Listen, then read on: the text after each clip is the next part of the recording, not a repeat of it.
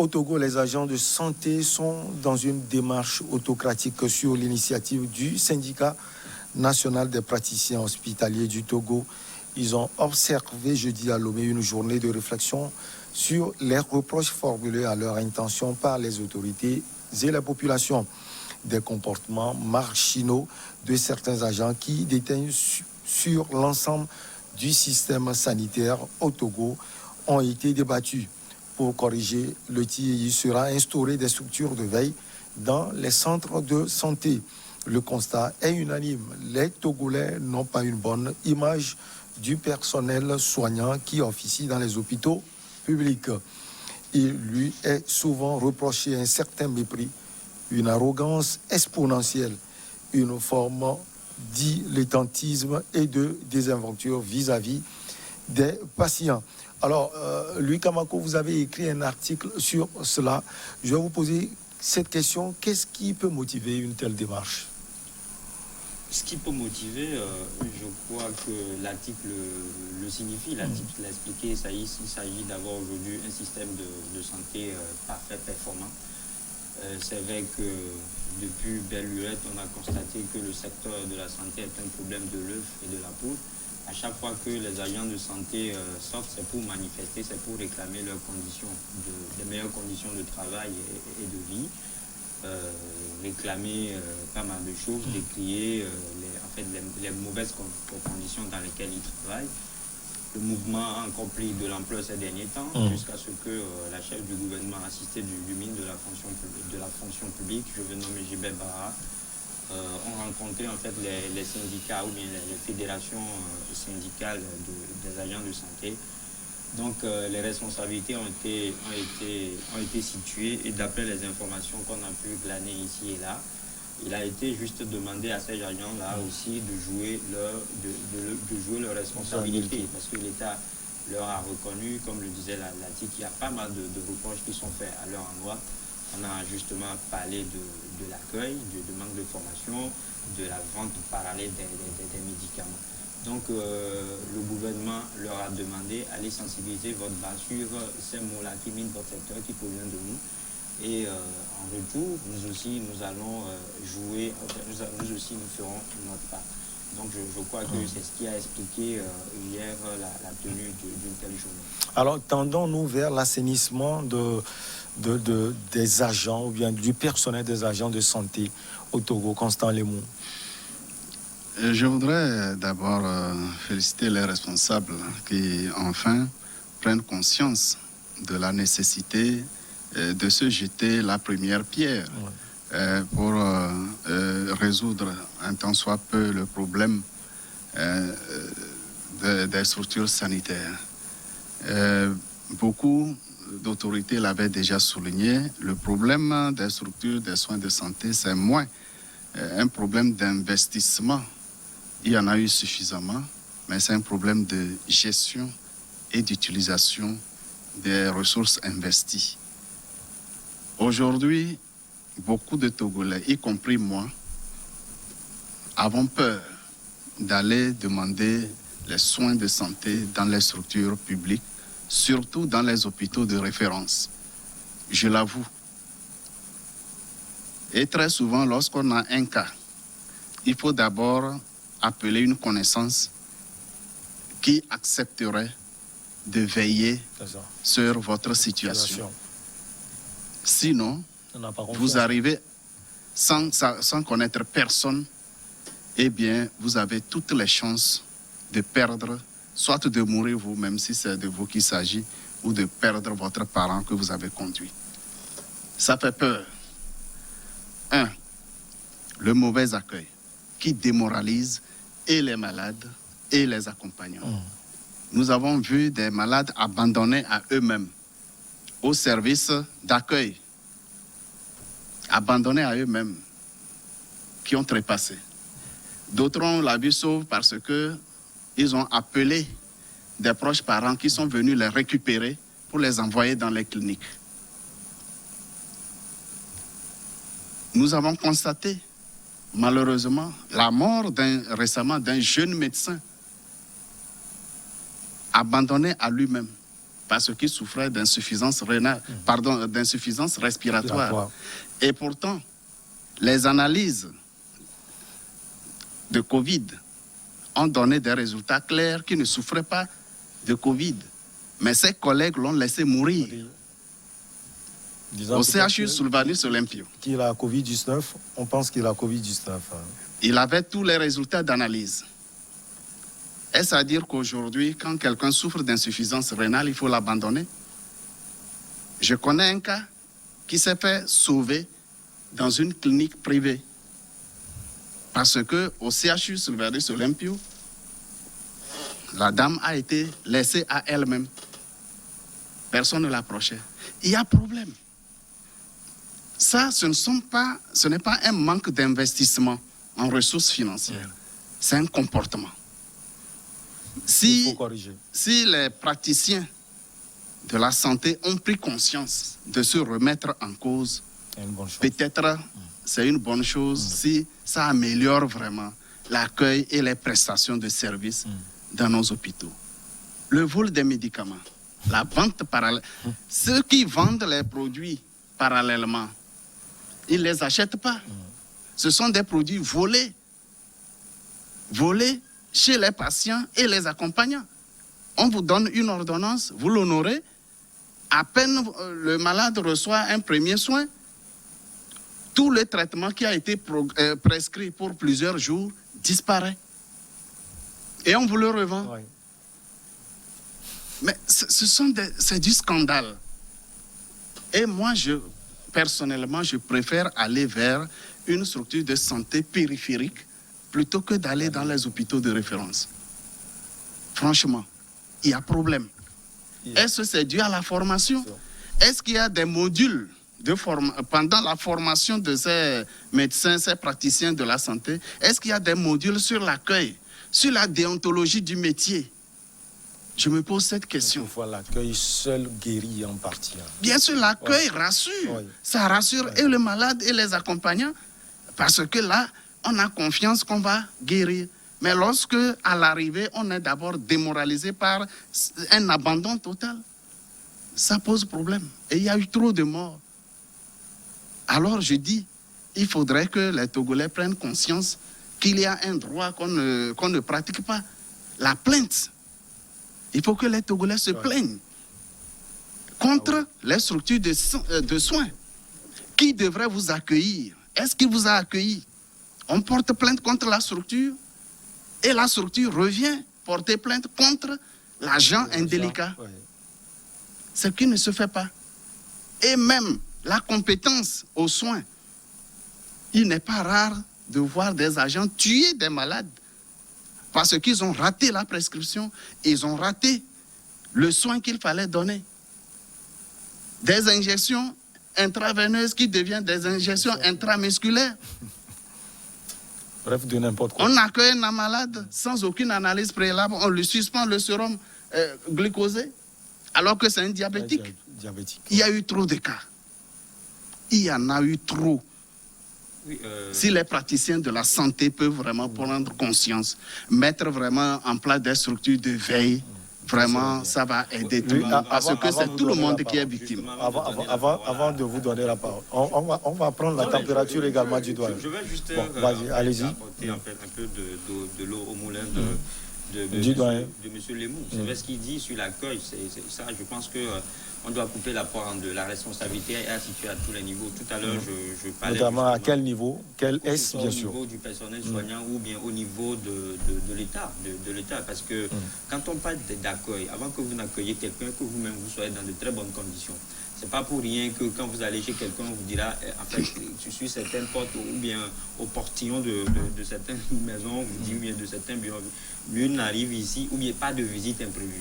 Ça veut dire que quand tu veux venir, tu prévois, tu dis à la personne d'avant, j'arrive chez toi, il se prépare pour t'accueillir. Mais c'est vrai que nous sommes ici dans un cadre tellement professionnel et qu'on me dira que cet exemple-là ne colle pas. Là, vous voulez dire qu'ils ne sont pas bien accompagnés. Moi, j'ai un principe, vous ne voulez pas, vous partez.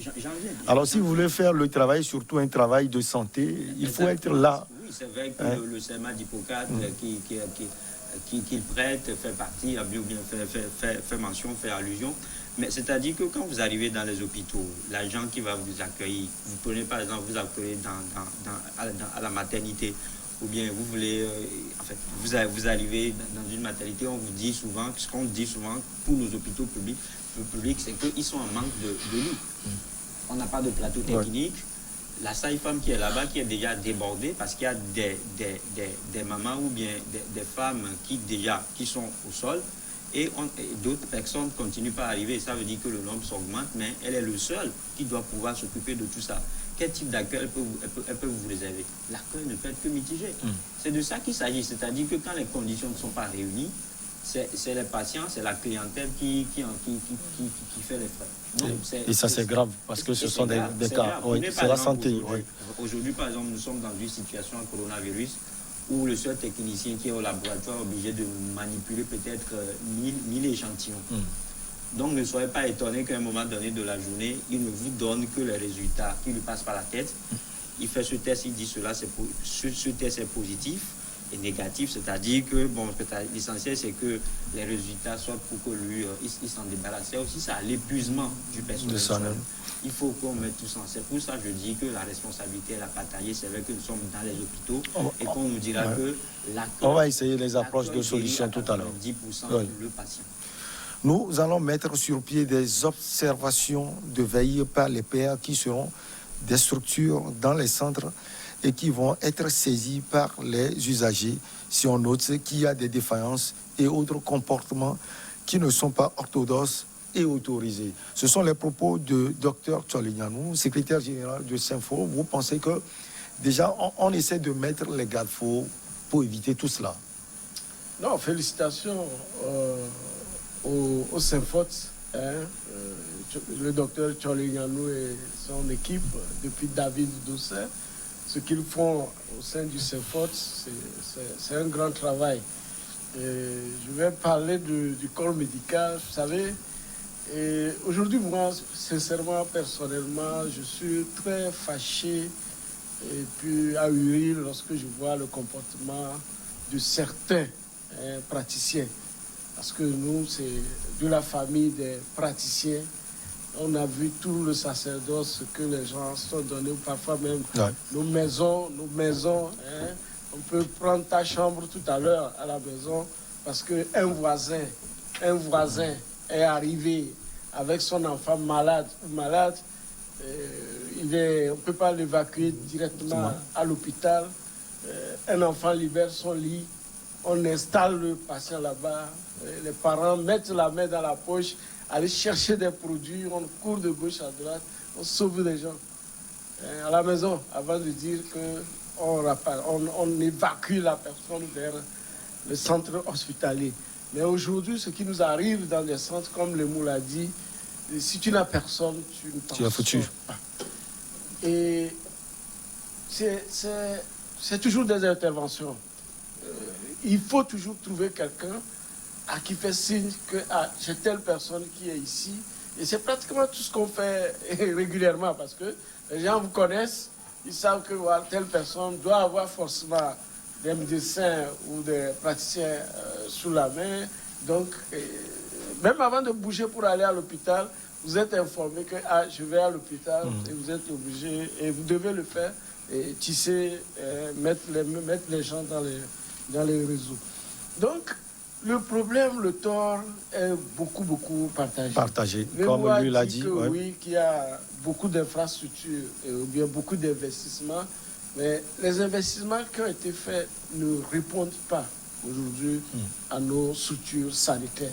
Quand vous arrivez, par exemple, à l'entrée au service d'urgence ou à l'ARIA, au service d'urgence, mais vous allez retrouver des gens derrière le bâtiment, à même le sol étalé, on leur a mis la perfusion.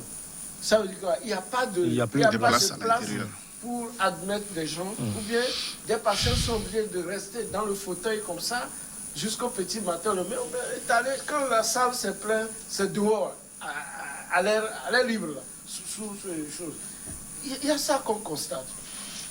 Il y a cette histoire d'accueil, surtout vers les maternités. Vous savez, même des sages-femmes ont tendance même à mettre le coup, à donner des coups aux femmes qui veulent sont venues. Vous ne savez pas dans quelles conditions cette femme est arrivée à l'hôpital. Peut-être depuis le matin, elle n'a rien mangé. Elle ne peut pas pousser. Elle ne peut pas pousser. Donc, et pour ce qui est de médicaments... Elle n'a rien mangé. Ce n'est pas trop Francisco Napokura. Non, il y a des femmes comme ça. Je dis... Vous avez trouvé la force pour venir au boulot. Hein. Pardon? Vous avez trouvé la force au moins pour venir au boulot. Non, je ne parle pas du praticien. Je dis d'accord. Okay. La dame, par exemple, qui est venue pour accoucher, vous ne savez pas dans quelles conditions elle s'est levée le matin jusqu'à arriver à l'hôpital. Je comprends. Oui. Et qu'on lui demande de pousser. Pousser là, le travail là, ce n'est pas facile. Ah oui, je vois bien. Maintenant, moi, je vais toucher 2 centres. Il y a le centre Tokwen Djouma Sessé, le centre médico-social de Tokwen Djouma Sessé. Aujourd'hui, c'est totalement pourri. Quand, entre-temps, je voulais en savoir plus, on me dit pratiquement que tous ceux qui sont là-bas sont peut-être des bénévoles qui sont payés 30 000 à la fin du mois. Donc, tout ce qu'il faut, comme c'est un quartier aujourd'hui où il y a les Nigériens, tout, ils sont devenus tout. Ils font tout. Commerçants.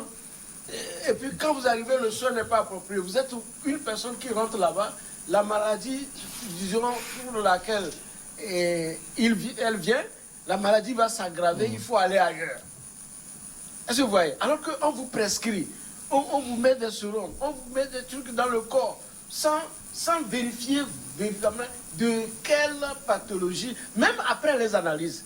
Il faut les analyses sur place là. On se demande quels sont les résultats des analyses sur lesquelles les gens font des prescriptions. Surtout là-bas, c'est un coin pourri. Je vais vous donner un autre coin. Même le CEFO dit qu'il va créer un comité de veille. Ce n'est pas ça la solution. Parce que ce qui se passe, ils sont au courant. Parce que quand ça nous arrive, on interpelle les gens. Mais regarde ce qui se passe dans ce sens. Peut-être c'est en ce moment qu'on se rend compte que voilà comment le personnel est. Bon, maintenant, on vient de leur donner les résultats du concours. J'espère que les gens nous demandaient ce résultat. Voilà pour ça. Quand vous arrivez au CHU Tokwen, à la rhumatologie, mais parfois, les gens viennent là-bas, mais ils sont obligés de repartir. Soit aller consulter à la maison chez quelqu'un, parce qu'on a refusé de les soigner à l'hôpital, et les gens sont obligés d'aller chez la même personne à la maison. Moi, je ne donne pas de nom, mais les gens, c'est-à-dire qu'il y a des choses à mettre au clair. Qui, aujourd'hui, au CHU Tokwen, ne sait pas que à la rhumatologie, quand quelqu'un vient seulement, on dit que bon, peut-être qu'on n'a pas bien salué cette dame docteur, et si elle ne donne pas le OK, on ne vous touche pas. Si elle ne donne pas le OK, elle-même, son responsable, elle là ne peut rien dire. Parce que soit c'est une dame haute placée ou chose. Donc, pour ces choses-là, à l'hôpital, même le directeur du CHU Tokwen sait. Alors que, Lemou l'a dit, le CHU Tokwen, qu'on le veuille ou pas, c'est le centre de référence au Togo. En matière de rhumato, quand vous êtes dehors, là où se trouvent les spécialistes. Quand vous êtes à l'intérieur, vous sortez pour aller dehors, vous faire soigner. Si vous n'allez pas chez les mêmes personnes à la maison, c'est que vous allez pour mourir. À la clinique, c'est difficile qu'on vous retape. Donc c'est là-bas, là. C'est là. Mais quand vous arrivez, vous avez peur. Vous avez peur parce que des fois, vous êtes là pendant 2 jours, 3 jours, on ne vous soigne pas. Et les gens s'inquiètent. Mais c'est lorsque les gens s'inquiètent, parfois on intervient, pratiquement dans les hôpitaux, on intervient, on va dire, ah non, on est en train de faire telles analyses, pour voir, il faut aussi. Mais expliquez aux gens quel est le process pour pouvoir commencer, avant de commencer, par lui prescrire des médicaments. On va analyser cette partie. On va donner aussi la parole à Constant Lemou. Visiblement, le Synfote est engagé pour un système performant et différent. Le Synfote a défini ses lignes directives. Vous pensez qu'il y aura encore quoi que sur le terrain? Sur le chemin, j'allais dire. Tout syndicat a deux phases de combat ou 2 lignes directrices de combat. Il faut bien sûr revendiquer des droits, les meilleures conditions de vie, mais il faut aussi s'assurer qu'on est irréprochable sur le plan professionnel. qu'on fait son devoir et après on réclame ses droits. Et surtout pour le personnel de santé. Pour le personnel de santé, c'est normal. Et lorsque nous entendons raisonner les praticiens, surtout les hauts gradés, les médecins, les professeurs, ils sont souvent dans la logique des quotas définis par l'OMS, dans les quotas définis par l'Occident. En tant que professeur, je ne dois pas travailler plus de 2 heures où mes consultations doivent s'arrêter à... Nous sommes dans des pays sous-développés. Ouais. Les ressources sont limitées. Si nous ne nous sacrifions pas chacun là où il est, la position qu'il occupe, s'il n'y a pas du sacrifice de soi, si on s'arrête au principe, nous allons tous tomber dans le même boulot. Nous tous. Parce que celui-là qu'on laisse mourir, on ne sait pas le vide que ça crée à un autre poste important de la vie du pays. On pense que oui, s'il part, on peut le remplacer. Ce n'est pas évident. On n'aura pas le même résultat. Nous avons besoin d'un minimum de sacrifice où je dirais, nous devons tous nous sacrifier partout où nous sommes appelés à servir notre pays. Le gouvernement a sa part de responsabilité, une grande part de responsabilité, du point de vue des équipements, de la construction des infrastructures. Comment nous pouvons comprendre? Et également des conditions de vie.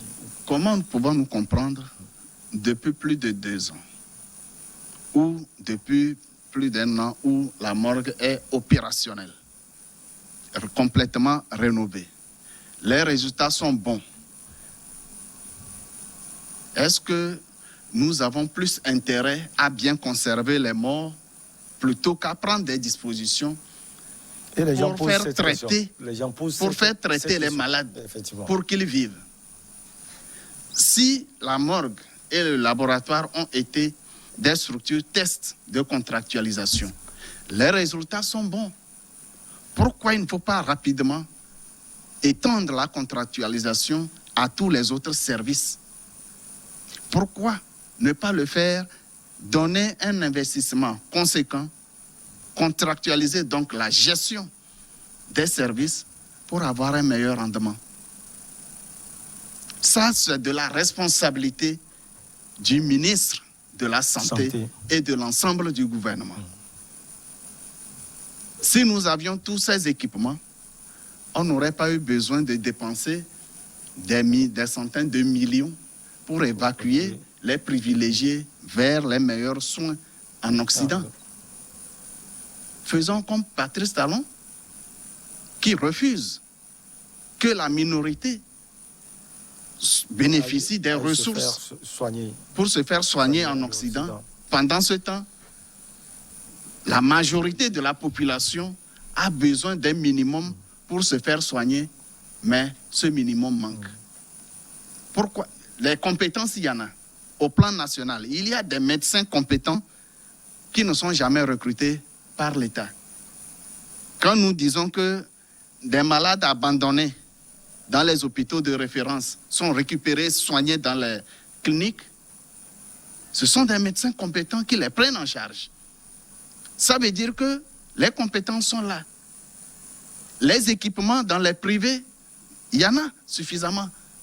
Est-ce à dire que des médecins pris individuellement ont plus de moyens que le ministère de la Santé? Ça, c'est le minimum à faire. Alors, je dis ceci. C'est une grosse responsabilité commune. Je suis dans un domaine de l'État. Je ne suis pas médecin. Les médecins ont une haute responsabilité vis-à-vis de la vie des gens qui s'adressent à eux. Au-delà de la responsabilité de l'État, qui doit garantir la bonne santé à tous les citoyens, eh bien, cette responsabilité de l'État est confiée à des individus formés et qualifiés, recrutés, payés pour ça. Et ils ont prêté serment de sauver des hommes. Alors, s'ils ne sauvent pas des hommes, qu'est-ce qu'ils veulent sauver? L'empressement d'être riche de grâce. Aujourd'hui, ça gangrène tous les compartiments de la vie de notre pays. L'empressement d'être riche. Riche pourquoi? Alors, Dr Tolignanou l'a dit également, il a parlé de ces comportements marginaux qui déteignent sur l'ensemble de tout le monde, j'allais dire. Il dit que ces comportements soient éradiqués et doivent être éradiqués. Oui, ces comportements... Vous avez 1 minute. Nous sommes presque au terme. 1 minute. Ces comportements marginaux, je pense que les uns les autres l'ont dit, c'est le mauvais accueil, la vente illicite des médicaments, un manque de création. Et surtout ce point, comment contrer cela? La vente? Non, mais c'est pour ça qu'ils ont mis des structures, ils ont prévu des structures de veille. Mais quand vous parlez justement de vente, je pense qu'il y a beaucoup de choses à dire là-dessus, mais malheureusement, vous m'avez donné oui, on aura le temps. 1 minute. Francisco aussi aura 1 minute seulement. C'est-à-dire que quand vous prenez par exemple le domaine des biologistes médicaux, il y a beaucoup de choses là-bas. Il est même prévu que des unités en fait soient là pour homologuer en fait les produits ou bien les réactifs à utiliser par les biologistes médicaux avant qu'ils ne soient utilisés dans les laboratoires. Aujourd'hui, ces unités-là sont construites, mais il n'y a pas de personnel dedans. Ça dit qu'il y a un manque criard de personnel. Le problème, c'est ça. Hier, ils l'ont effleuré. C'est même pas inscrit à l'ordre du jour. Heureusement qu'il y avait un certain, le président de l'association des professionnels des biologistes médicaux, Dr Kossi, que j'apprécie beaucoup, parce que lui aussi, quand vous l'écoutez, vous savez qu'il a la maîtrise de ce qu'il fait. C'est-à-dire que c'est un espèce. C'est pour ça que je dis que les gens l'ont dit, c'est pas la compétence qui manque, mais la volonté. Il va falloir que l'État accompagne justement. C'est pour ça, moi, je dis, quand on accuse, en fait, quand on charge les médecins ou bien le personnel sur là, c'est à tort. Parce que eux, ils ont la volonté. On doit charger l'État aussi, qui doit faire un travail. L'État les mettre dans de très bonnes conditions. On a écouté un chef de gouvernement dire dans ce pays que lui, de toutes les manières, lui ne viendrait pas se traiter au sieur Sylvanus Olympio. Et on sait combien les évacuations sanitaires coûtent à l'État. Ça fait des années qu'on a commencé par ce qu'on appelle un hôpital Saint-Pellegrin qui jusque-là refuse de pousser du lait. Il faut qu'on mette les médecins dans de très bonnes conditions. Francisco Napokora, les fonds baptismaux sont posés, il faut sensibiliser également. J'ai toujours dit ici que les hôpitaux publics du Togo sont dépassés. Vous avez 1 minute. CHU Tokoin, CHU Tokoin, c'est déjà dépassé. L'État a prévu même dans un budget, je crois, de budget 2021, la construction de 5 ou 6 hôpitaux régionaux. Aucun n'a posé une première pierre. Jusqu'alors, nous sommes en fin septembre. Est-ce que vous voyez? Le personnel a demandé du matériel. J'ai écouté après, finalement, on a repoussé au calendrier grec l'achat de certains équipements. Les privés l'ont, c'est ce qu'il a dit. Est-ce que les privés ont plus de moyens que l'État?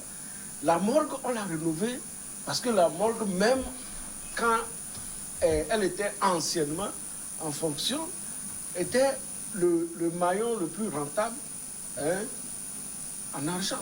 Donc les gens voient là où ils vont plus gagner. Donc on cherche plus d'argent. Voilà. Donc ceux qui cherchent l'argent, ce ne sont pas seulement le personnel, mais c'est des gens qui ont inculqué pendant des années qu'on ne peut ne pas aller à l'école et être milliardaire au Togo. D'accord, il suffit de faire la politique, de rentrer dans les réseaux. C'est ça qui amène que même nos enfants, partout, les gens n'ont plus envie de travailler. Donc vous voulez dire qu'on doit faire des réformes en profondeur. Donc la réforme, c'est en profondeur. L'éducation civique, c'est très important. Le ministre de la Santé, comme quelqu'un le disait la dernière fois, s'il pouvait trouver quelqu'un comme le professeur Kokoroko pour mettre au ministère de la Santé, on mettrait de l'ordre dans cette histoire. Il va faire des réformes. Il faudrait que le ministre sache qu'il est un vrai professeur. Ce n'est pas... Midji Awa, c'est un grand professeur. D'accord? Il est arrivé par je vous promets, on va revenir sur ce sujet prochainement. Pourquoi pas la semaine prochaine. Merci beaucoup à vous, Francisco Napokura. Je sens que vous avez encore beaucoup de choses à dire. Vous êtes directeur de publication de Tampa Express plutôt. Merci également à Constant Lemou. C'est un plaisir pour nous de toujours vous avoir. Nous sommes dans le mandat social. Ah oui. Et nous sommes dans la période d'urgence sanitaire. D'urgence sanitaire. Et nous, on va mettre plus nous avons de temps problème avec nos hôpitaux. C'est assez paradoxal, n'est-ce pas? On va revenir sans doute. Ne vous inquiétez pas. C'est pas le pavillon militaire. Qui sait même une émission spéciale. Luis Kamako. Il va falloir savoir les personnes qu'il faut éviter. Sans doute. Et parmi ces personnes, il y a vous, lui. Merci beaucoup. Également à vous. On se retrouve donc la prochaine fois. À très bientôt.